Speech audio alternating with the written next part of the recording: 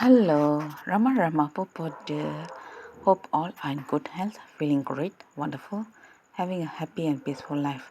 Now let's continue with the next chapter. Precisely at the appointed time, I sit again in Mahmoud Bey's room. He pushes a box of Egyptian cigarettes over the table towards me.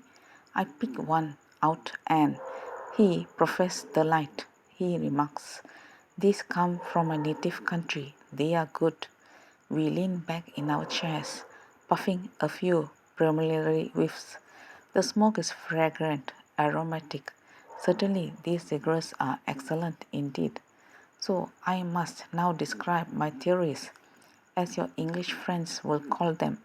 To me, they are certainties. Mahmoud Bey laughs good-naturedly.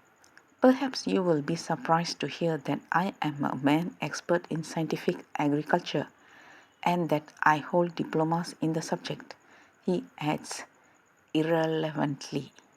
I begin to scribble a note. That does not seem to fit in with my, shall we say, interest in magic.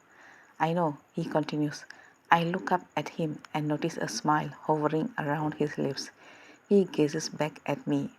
There is a good story in this man, I reflect. But you are a journalist. Probably you would like to know how I became a magician, eh? He queries. I express an eager assent. Good. I was born in an interior province but brought up in Cairo. Let me tell you that I was just a normal boy with the usual interests which schoolboy possesses. I was very keen on making agriculture my profession, so I attended the government agricultural college for that purpose. I worked hard at my studies and went on with them most enthusiastically. One day, an old man took an apartment in the house where I lived. He was a Jew with bushy eyebrows and a long grey beard, and his face was always grave with and serious. He seemed to be living in the past century, for he wore very old-fashioned clothes.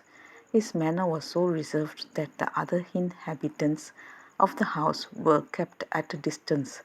Strangely enough, instead of having the same effect upon me, this mysterious reserve piqued my interest.